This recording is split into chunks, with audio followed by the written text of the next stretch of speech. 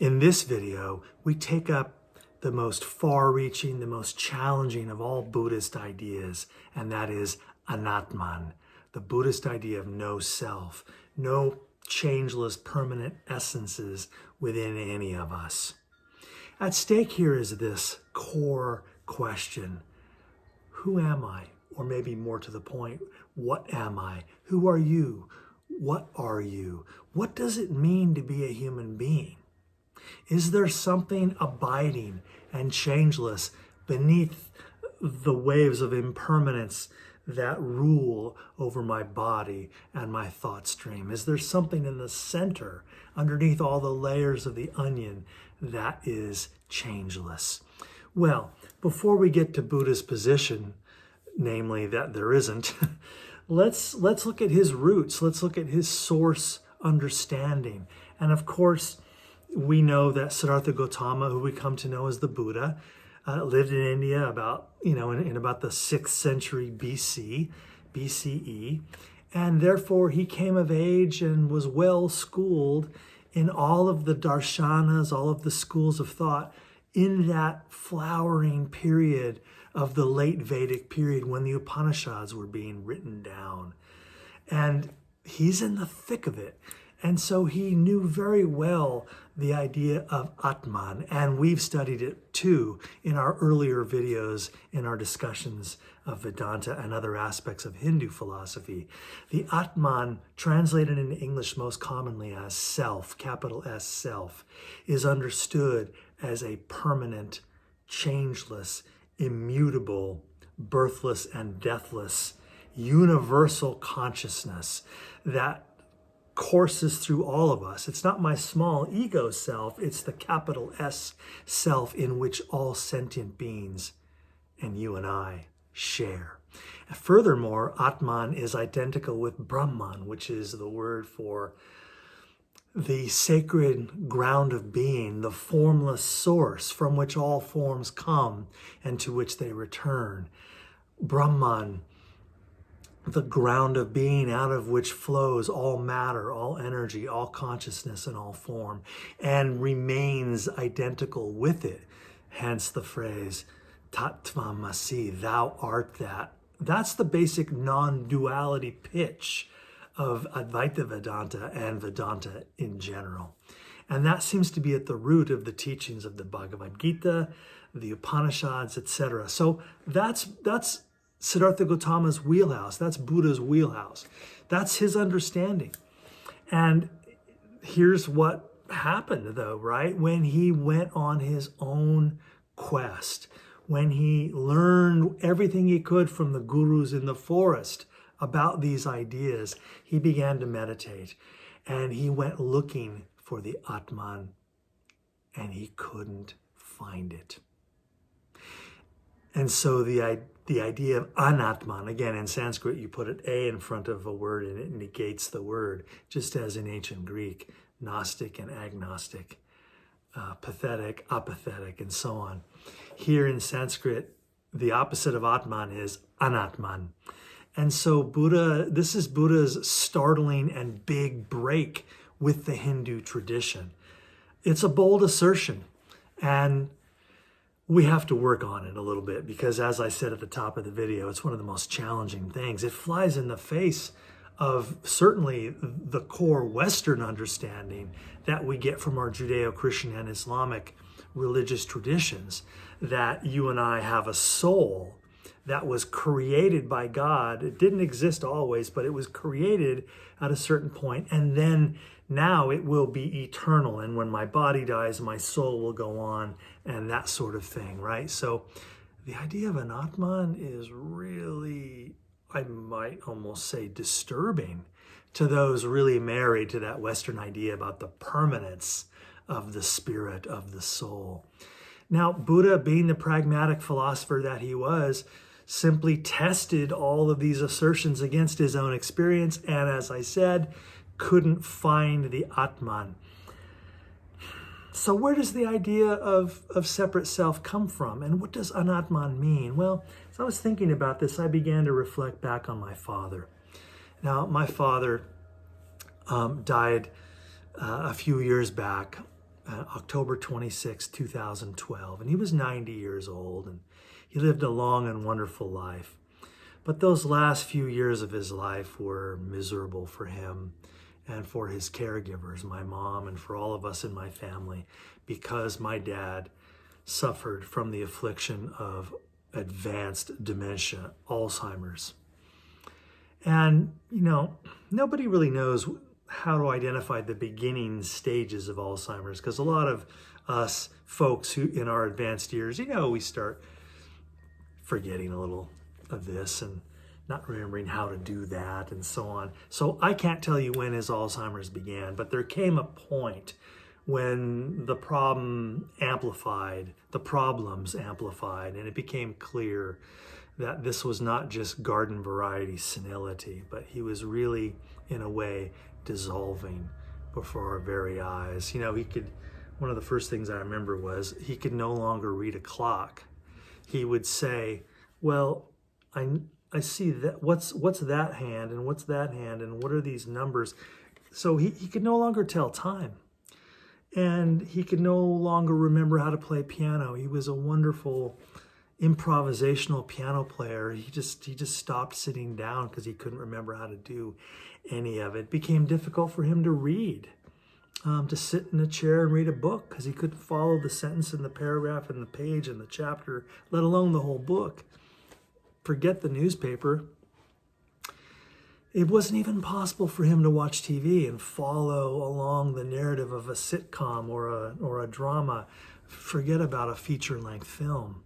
So one thing after another, right? And then he began to forget who we were, who my mom was, who I was, my two brothers, who they were. And so when it got to that point, it was clear that bits and pieces of him were flying away.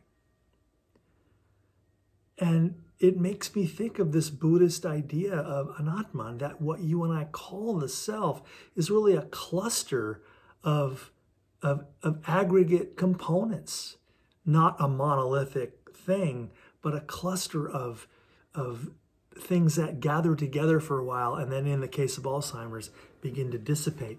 It's as if the self were a flock of birds sitting in a leafless tree. And they hold together for our entire life, although a few birds fly off and new birds fly in.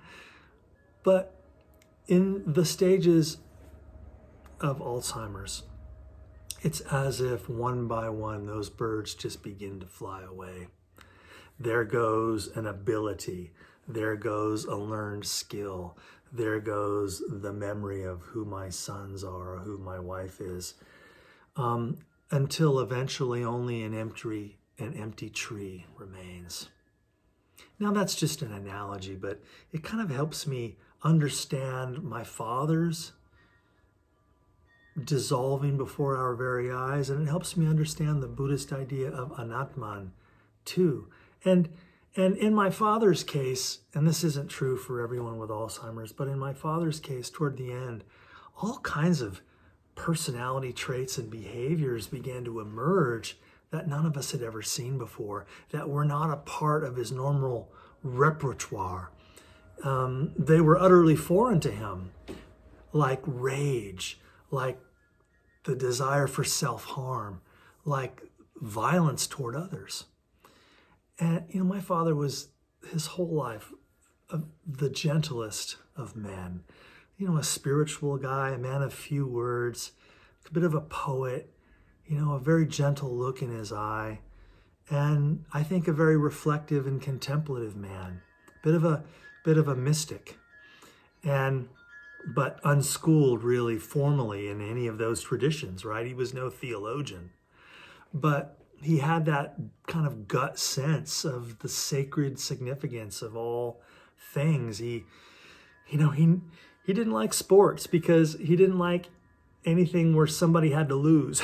He always sympathized with the losing team. He didn't have a lot of ambition, right? That kind of drive. He just wanted everything to be peaceful.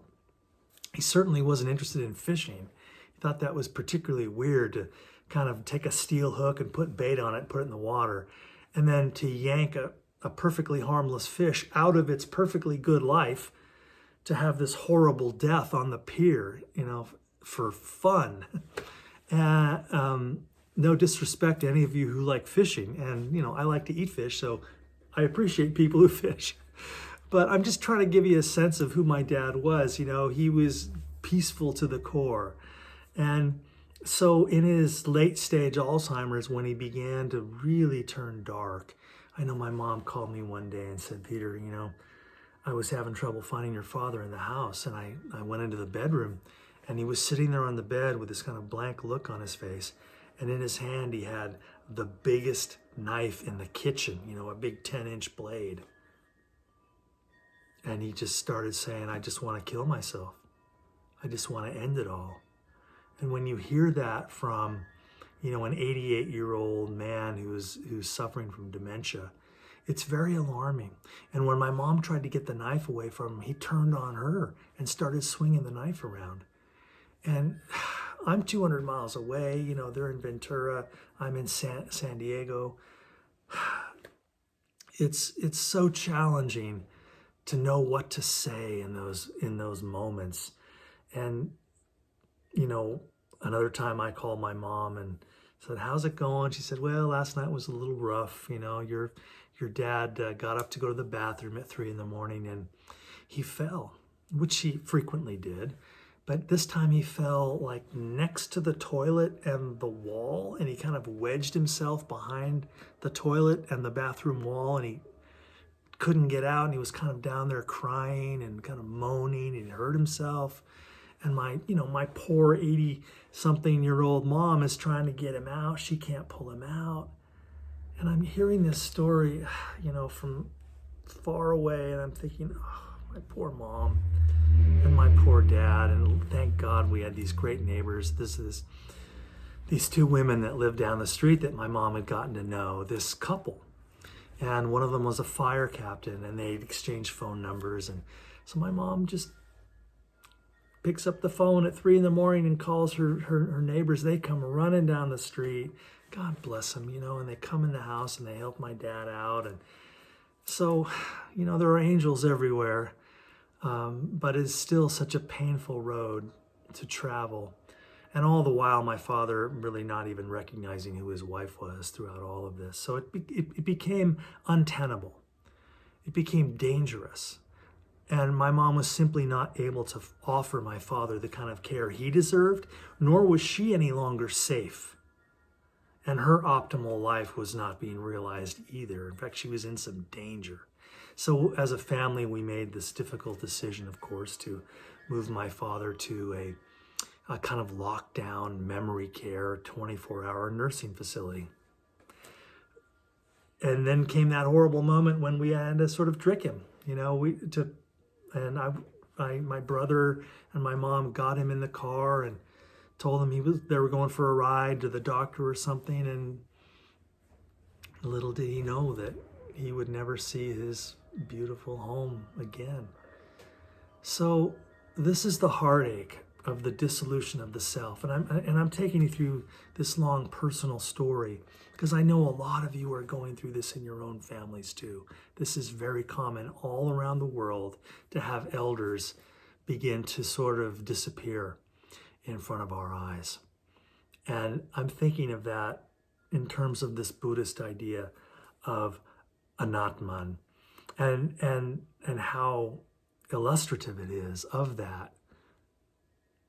I would go visit my father in this care facility, and it's not all bad, right? I mean, there were some beautiful moments, and he was getting just loved on and cared for by the amazing people who worked in this place. And my mom would drive out and sit with him every day, and I would go as often as I could from way down here in San Diego. And we'd put him in the wheelchair, I'd wheel him out in the garden. And I remember this one day, one of the last days I saw him, sitting out there with him, and he's nonverbal by this point, kind of slumped over in the wheelchair. And so we didn't have conversation, right? But we were together, and we would just sit and listen to the wind and look at the roses and hold hands. And he gripped my hand firmly. And I don't know if he recognized me. I don't know if anybody was there to recognize me. But I found a crow feather on the ground, a big long black feather, and I put it in his hand, and he grabbed onto that feather as if he knew it, as if he recognized it. And he looked at it. He was still here in that lived, vivid sense while he was mostly not here. So I just couldn't help but kind of wonder, so where was my father? And who was this fella?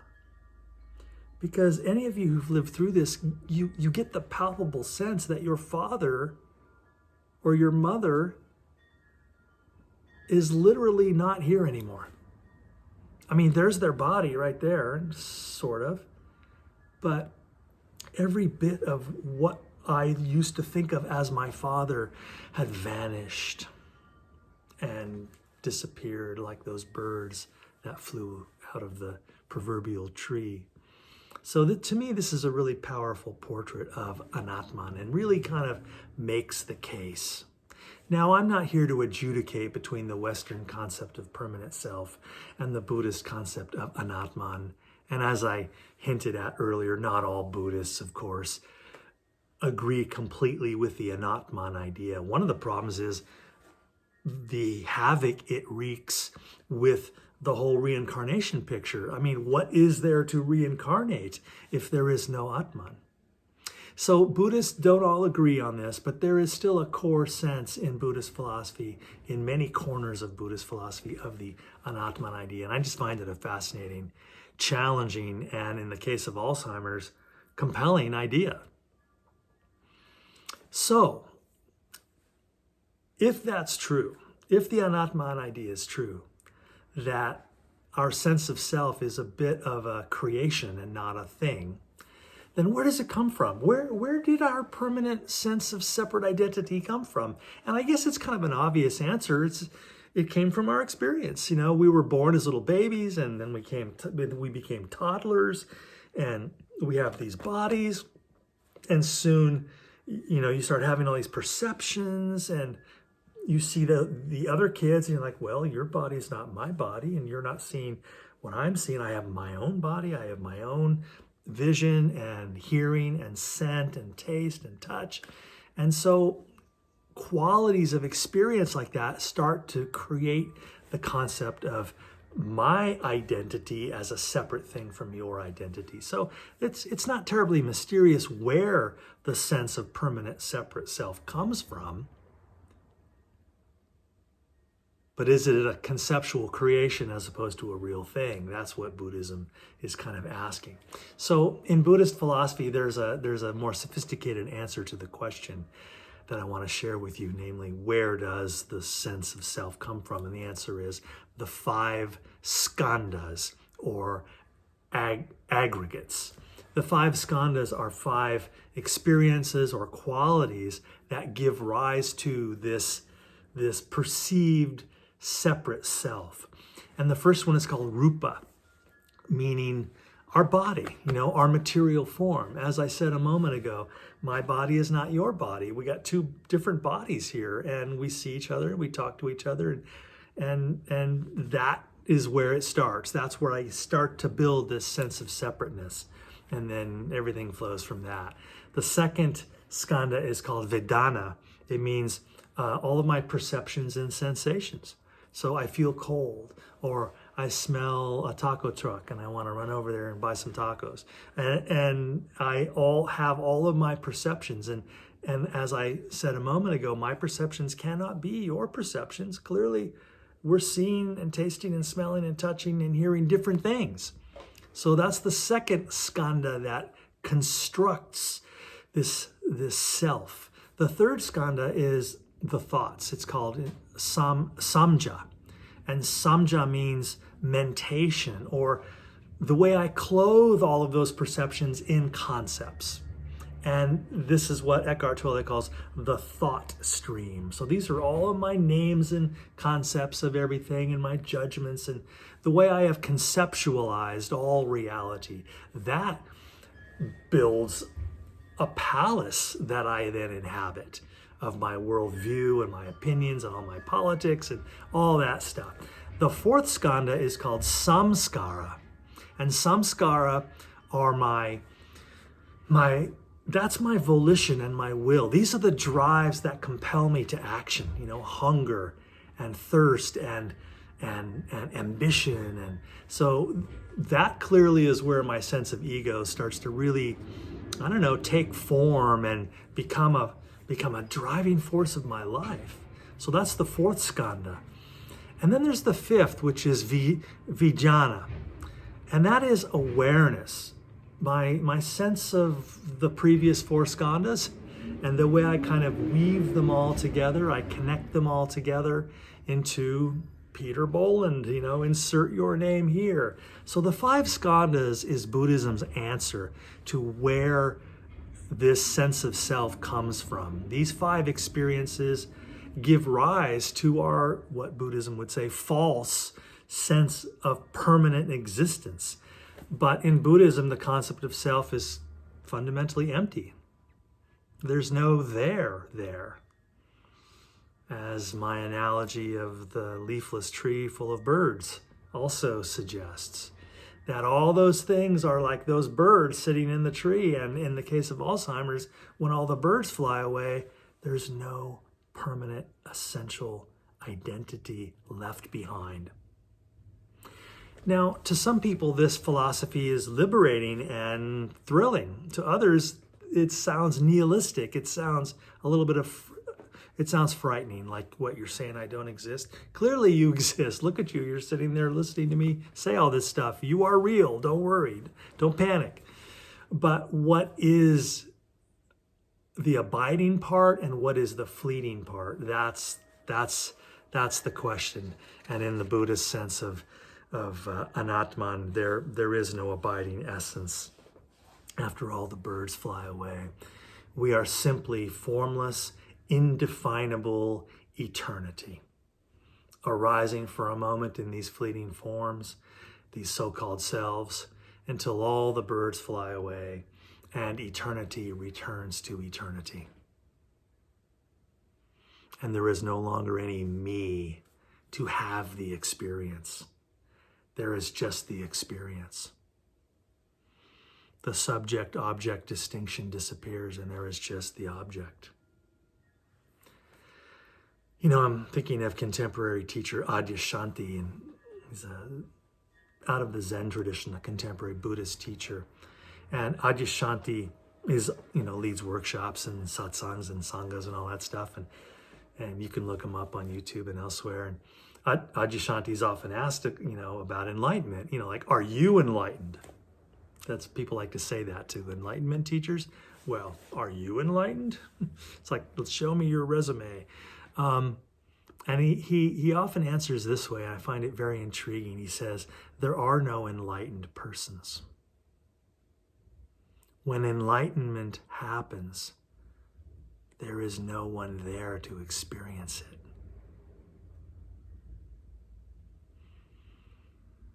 So there is just nirvana. There is just dharmakaya. There is just awakening. There is just Buddha consciousness. And when that sun rises, we no longer identify as individuals with our five skandhas, our body, our perceptions, our mind, our volition, our awareness. All of that is like the clothes that we leave behind when we go skinny dipping in the big pool. All that stuff is back on the beach, but now we're out here in the one water with everybody else. So in this Buddhist idea of Anatman, the self is not a thing. It is not a solid object.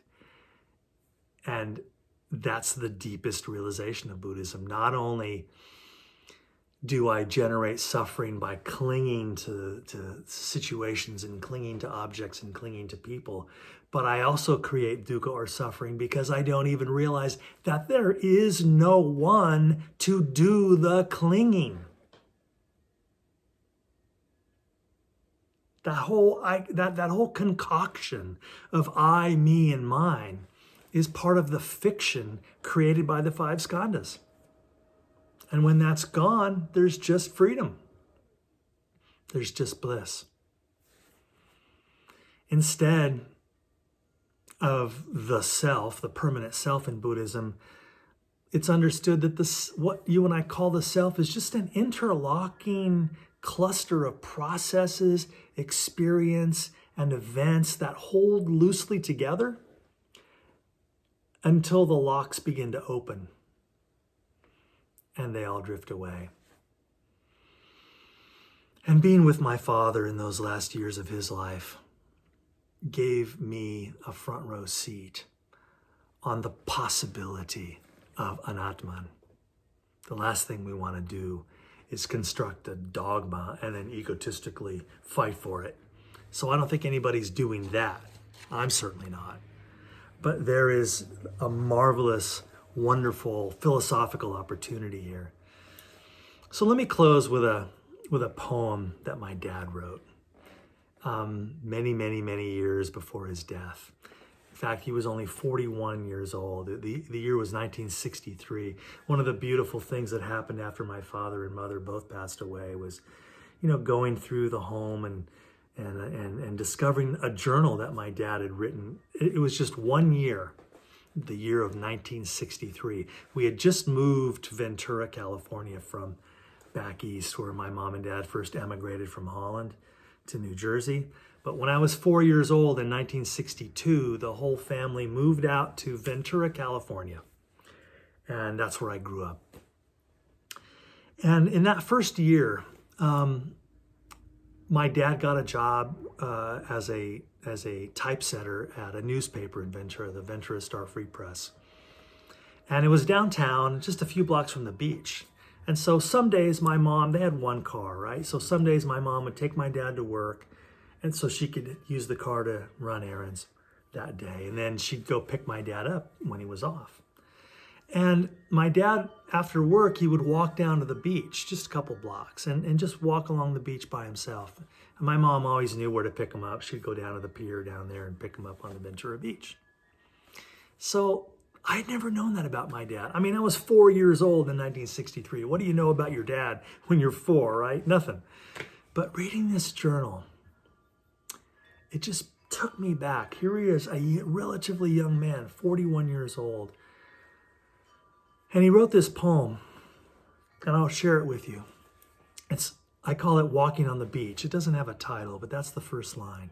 So it goes like this. Walking on the beach, I feel nothing. Peace is all around me. I wonder, by just being here, is it eternity that found me? Waves are washing in, then out. Feet are frisked by fluffy foam.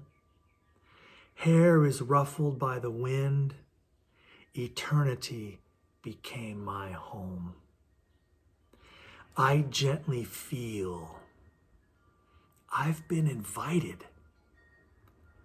The wind, the surf, the distant sounds of breaking waves, there's no returning. Eternity, it's me you found.